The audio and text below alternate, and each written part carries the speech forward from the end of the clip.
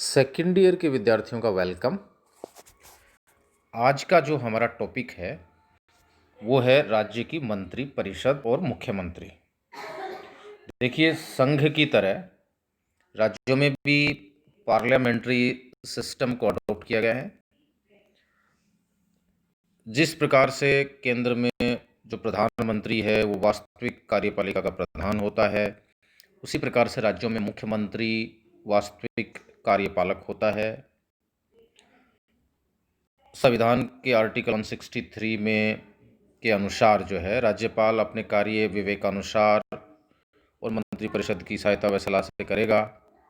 जिसका जो प्रधान है वो मुख्यमंत्री होगा।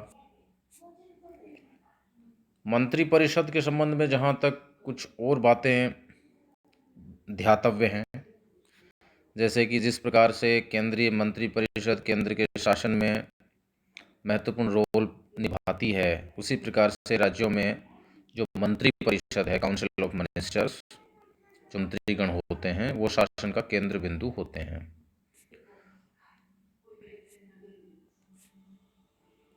संविधान के अनुच्छेद 163 के अनुसार राज्यपाल विवेक तथा जो मंत्री हैं या जो हम मंत्री परिषद कह सकते हैं, मंत्रियों की संस्था को, उसकी सहायता एवं सलाह के अनुसार कार्य करता है और मुख्यमंत्री राज्यपाल के माध्यम से मंत्री परिषद का निर्माण करता है। जहाँ तक मंत्री परिषद के टेन्योर की बात है, कार्यकाल की बात है, सामान्यतया मंत्री परिषद का कार्यकाल 5 वर्ष होता है, परंतु मंत्रिपरिषद का कार्यकाल विधानमंडल में उसके बहुमत पर डिपेंड करता है। इसके अतिरिक्त राज्य में अनुच्छेद 356 के तहत राष्ट्रपति शासन के लागू होने से मंत्रिपरिषद भंग हो जाती है। तो पहला तो पॉइंट इसके कार्यकाल का है वो विधानमंडल में उसके बहुमत पर डिपेंड करता है। अगर बहुमत है तो मंत्री परिषद भी बनी रहेगी, और अगर बहुमत बीच में खो देते हैं तो सरकार भंग हो जाती है और मंत्रिपरिषद भी भंग हो जाती है। इसी के साथ साथ 356 के तहत राष्ट्रपति शासन यदि लागू कर दिया जाता है तो मंत्रिपरिषद भंग हो जाती है। मंत्रियों की जहाँ तक योग्यताओं का सवाल है, मंत्रिपरिषद के सभी सदस्यों के लिए आवश्यक है कि विधानमंडल के किसी सदन के सदस्य हों वो। यदि कोई व्यक्ति मंत्री पद पर नियुक्ति के समय विधानमंडल का सदस्य नहीं है तो उसके लिए 6 महीने के भीतर विधानमंडल की सदस्यता प्राप्त करना आवश्यक है। ऐसा नहीं करने पर जो है उसको मंत्री पद छोड़ना पड़ता है। तो ये कंडीशन है, क्वालिफिकेशंस है मिनिस्टर्स की मंत्री बनने के लिए कि विधानमंडल के किसी भी सदन का वो सदस्य हो। अगर कहीं एक सदन है तो विधानसभा का वो सदस्य हो। द्विसदनात्मक व्यवस्था यदि कहीं है तो विधान परिषद या विधानसभा दोनों में से किसी एक का सदस्य हो सकता है।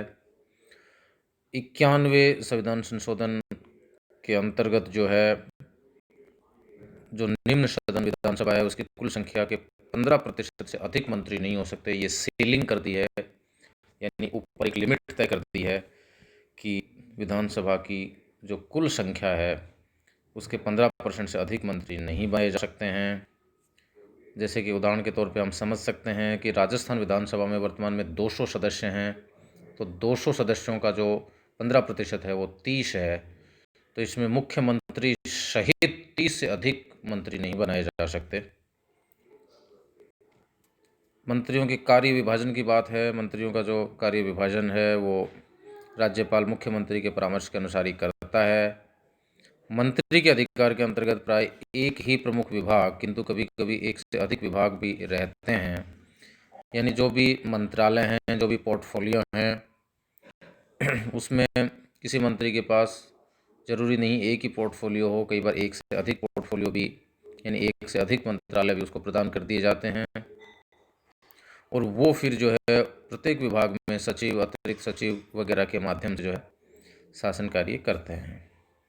जहाँ तक शपथ ग्रहण की बात है, ग्रहण करने से पहले ही मुख्यमंत्री तथा अन्य मंत्रियों को राज्यपाल के समक्ष 2 शपथ लेनी होती हैं, एक तो पद के कर्तव्य की और दूसरी गोपनीयता की। अब हम मुख्यमंत्री पर चलते हैं। राज्य का जो मंत्री परिषद है उसका जो प्रधान है, मुखिया, वो मुख्यमंत्री होता है और मुख्यमंत्री की नियुक्ति राज्यपाल करता है। अनुच्छेद 164 में ऐसा वर्णित है साफ तौर पे। संविधान के अनुसार राज्यपाल को विधानसभा में बहुमत प्राप्त दल के नेता को मुख्यमंत्री नियुक्त करना चाहिए, परंतु संविधान में राज्यपाल पर मुख्यमंत्री की नियुक्ति संबंधी कोई प्रतिबंध नहीं है। जयललिता प्रकरण में सर्वोच्च न्यायालय ने अपने निर्णय में कहा कि मुख्यमंत्री की नियुक्ति के संबंध में राज्यपाल की सविवेकी शक्ति जो है असीमित नहीं है। यदि राज्यपाल ऐसे किसी व्यक्ति को मुख्यमंत्री नियुक्त करता है जो विधानसभा का सदस्य बनने योग्य नहीं है, तो ऐसी नियुक्ति अनुच्छेद 164 के अंतर्गत असंवैधानिक होगी। अब हम मुख्यमंत्री की योग्यताओं पर चलते हैं। देखिए, कुछ क्वालिफिकेशंस हैं उसके लिए कि वो भारत का नागरिक हो, 25 वर्ष की आयु पूरी कर चुका हो, विधानमंडल के दोनों सदनों में से किसी भी एक सदन का सदस्य हो। नहीं है अगर है तो फिर वो 6 महीने के अंदर जो है दोनों सदनों में से, अगर विधानमंडल में 2 सदन हैं तो, अगर एक सदन है तो फिर उसका सदस्य वो बने, या फिर दोनों 2 सदन है, विधान परिषद भी है तो वो विधान परिषद का सदस्य हो। अवधि की बात करते हैं कि मुख्यमंत्री की अवधि जो है वो निश्चित नहीं है। उसका कार्यकाल भी विधानसभा के बहुमत पर डिपेंड करता है। बहुमत है बना रहेगा, बहुमत खो देता है सरकार गिर जाएगी, वो मुख्यमंत्री भी नहीं रहेंगे। राज्यपाल ने अपने विवेकाधिकार के दुरुपयोग के आधार पर अनेक बार बहुमत होने के बावजूद मुख्यमंत्री को नियुक्त भी किया है।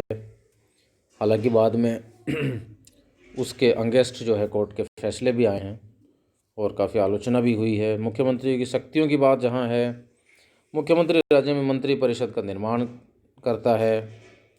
मंत्री राज्यपाल के प्रसाद पर्यंत तक जो है अपने पद पर बने रहते हैं, लेकिन नियुक्त वो मुख्यमंत्री के माध्यम से ही किए जाते हैं। और व्यावहारिक रूप से अगर मुख्यमंत्री किसी मंत्री का जो मंत्रालय वापस लेना चाहता है तो वो ले सकता है।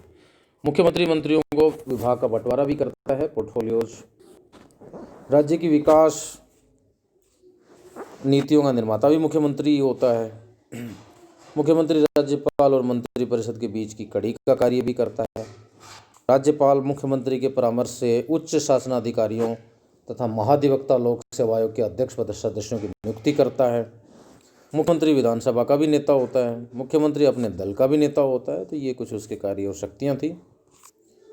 अब एक गठबंधन सरकार जो होती है, अलायंस की सरकार, जिसमें 2 या 2 से ज़्यादा दल मिलकर के सरकार बनाते हैं, उसमें मुख्यमंत्री की क्या स्थिति है। तो मुख्यमंत्री केंद्र में सत्तारूढ़ दल का ही होता है, तो मुख्यमंत्री प्रभावी रूप से कार्य कर पाता है। यदि केंद्र के विपक्षी दल का है तो फिर उसे पर्याप्त सहायता नहीं मिलती है, उसकी स्थिति सुदृढ़ नहीं हो पाती है। और अपने केंद्रीय दल में मुख्यमंत्री का प्रभावी स्थान है, तभी वो अपने कर्तव्यों का पालन सुदृढ़ से कर पाएगा। अदरवाइज तो फ्रैक्शंस के कारण जो है उसकी स्थिति कमजोर रहेगी। गठबंधन सरकार में मुख्यमंत्री पदों का बंटवारा स्वयं न करके गठबंधन सरकार की समिति के अनुसार होता है। इस स्थिति में वो मंत्रियों को अपनी इच्छा अनुसार हटा भी नहीं सकता है। मुख्यमंत्री राज्यपाल और मंत्रिपरिषद के बीच की कड़ी का कार्य भली भांति नहीं कर पाता, क्योंकि गठबंधन दल के नेता सीधे राज्यपाल से संपर्क में रहते हैं। इसके अलावा मुख्यमंत्री विकास संबंधी निर्णय भी गठबंधन समिति के परामर्श से ही करता है। तो ये कुछ बातें गठबंधन सरकार में उसकी स्थिति को लेकर के। धन्यवाद।